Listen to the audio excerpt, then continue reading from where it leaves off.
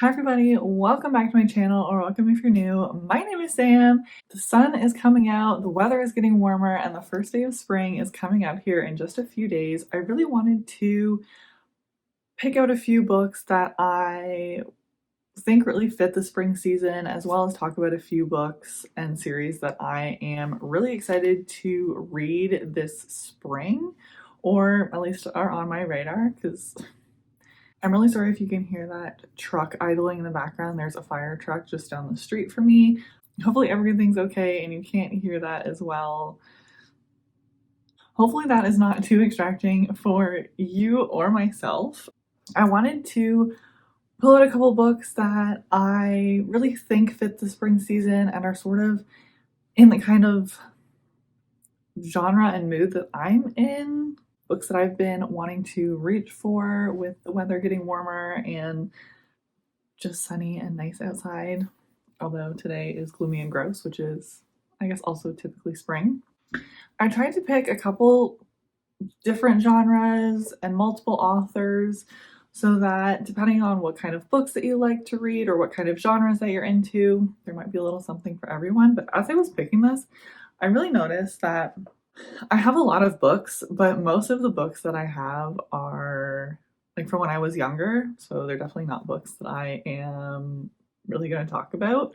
But I don't have a ton of books that are new and current and popular, and even when I was looking through my reads from 2022, 2023, and this year so far, there's not a ton of variety, or at least variety of in terms of books that I actually enjoyed and wanted to talk about. So this is the stack that we have here. I will say the majority of the books that I have are romance. That's just kind of the feeling that I'm in. I find that I tend to lean towards a lot more fantasy in the fall and winter time, and then once it comes to be a little bit warmer, I start to want those quick, giggly, kicking your feet romance. So that's the majority of the things that I have here today, but like I said, there's a few other genres that I think fit the season. So the first set of books, as well as the first author that I want to talk about, is Christina Lauren. I've read quite a few of their books, and the series that I want to talk about is this one. I'm not gonna lie, I never remember what this series is called, but this is one of their older series. So this series is from 2014, so it is 10 years old. I think these are like my favorite books that I have read from them. I don't know why. They're very like classic romance tropes and plot structure, but they just really hit for me when I read them the first time, and then when I also read them a couple years ago. They hit just as hard. So this follows a group of friends who just graduated from college and are going on a trip to Vegas to celebrate their graduation, like before they start their jobs and the rest of their life and whatever is coming next for them. When they go to a bar, get totally hammered, and meet another friend group of guys who also happen to be taking a trip to Vegas, and they each get married. They do a little Vegas wedding, and so each of these books kind of follows what happens after. I just really enjoy the relationships and different tropes that you get in this book. Strangers to lovers, friends to lovers. One of them is like into comic books and has like a comic book store, and there's some like different like kinks in each of these as well, which was fun, and so sort of my like entry to a lot of different tropes and like subgenres, I guess. I don't see like anybody talk about the series. I know that it is 10 years old, but if you haven't read it, I would highly recommend. It's pretty spicy, like most of Christina Lauren's other books, but they're a lot of fun. And I think they deserve more hype, and maybe they just get hyped when they came out. But the next book and author that I want to talk about is Emily Henry. The book that I picked out was Beach Read for this video. I think any of her books would be good for this sort of time. I think this book falls more like in the winter, maybe early springtime, so it sort of fits. It's still chilly and like small town romance vibes. I feel like everybody has read this book, but if you haven't, it's so, so good. I have only read Beach Read and Book Lovers, but of the two, I've personally preferred Beach Read. I completely ate this book up. I love Augustus and January. Just some of these quotes in here are fantastic. I really want to reread this book again here soon because it was just so good, and also read the rest of her books. I've been waiting for Happy Place to come out in paperback so that I can get all of my editions to match, and also it's a little bit less expensive. So in this book, both of our main characters are authors and are both kind of stuck with their story. So they strike up a deal where they decide to write the other person's genre to try and get out of this writer's block and create something different with their story. And it just kind of goes to from there. Small town, rivals to lovers, sort of, authors, sort of forced proximity because they're neighbors for a short period of time. It's just so, so good. And like I said, I can't wait to reread this here very soon. Another romance author that I think is just really fun to read in the springtime is Ali Hazelwood. I picked out Love Theoretically, which I think is my favorite of the books that I read by her. Most of her books are STEM-based romance, although she has branched out and done a couple other books that are slightly different than her normal adult STEM romance genre. But I think this is my favorite. I just really loved our male main character. Said most of her books are based in science and STEM, which I have a science degree, so I find these books very interesting. Kind of brings me back to when I was in school doing some of these physics classes. In this book, we are following Elsie, who is a theoretical physics adjunct professor, so doesn't have like a full great gig and is not necessarily what she wants to be doing forever, but is kind of being held back. She's an experimental physicist, and there's some kind of like scholarly clashing between these two physics branches, and I feel like I'm explaining this awfully. I do have a reading vlog where I read this book and I just ate it up. It was just so good. I love Jack.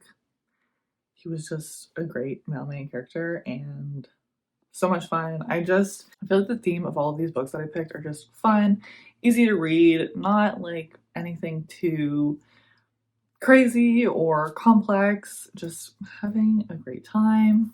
The next author / books I want to recommend is Lauren Asher and her Dreamland Billionaire series. I have only read The Fine Print, which wasn't my absolute favorite book that I've ever read, but I think the series is just a lot of fun for this time of year. It takes place our male main characters are all part owners of a theme park, and in their grandfather's will, they each have to complete one of these tasks to be able to get their inheritance. The setting is just a lot of fun. I think it's like quick, easy, fun romance. Like I said, I have only read The Fine Print, so I'm very excited to read the second and third books this season. I think in these ones we have some like fake dating, childhood friends to lovers, rivals to lovers. I don't know, just a lot of fun. I'm very excited to dip more into Lauren Asher's books. I know that she's just coming out with a new series here, and I really want to read this one and her, what's that called, Dirty Air series with the F1 drivers before I jump into those new ones. But I'm very excited and very intrigued.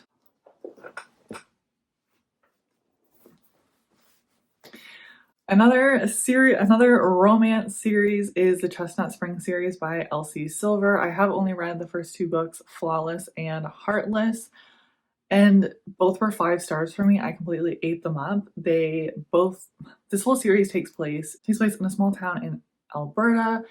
The family is a rancher family, and in the first one, we have Rhett Eaton, who is a bull rider but loses a bunch of sponsorships, and his, I can't remember what the word for it is, but his manager, maybe? His manager's daughter is assigned to kind of keep an eye on him and make sure he stays on the straight and narrow so he can get all of his sponsorships back. It's just so good. And then the second book, which I actually just talked about in my February wrap up, is Heartless, where we're following Cade Eaton, who is, I think, the oldest child of the bunch. And he's a single dad, grumpy rancher, and he needs a nanny to take care of his son for the summer. So in comes Willa Grant. She is amazing.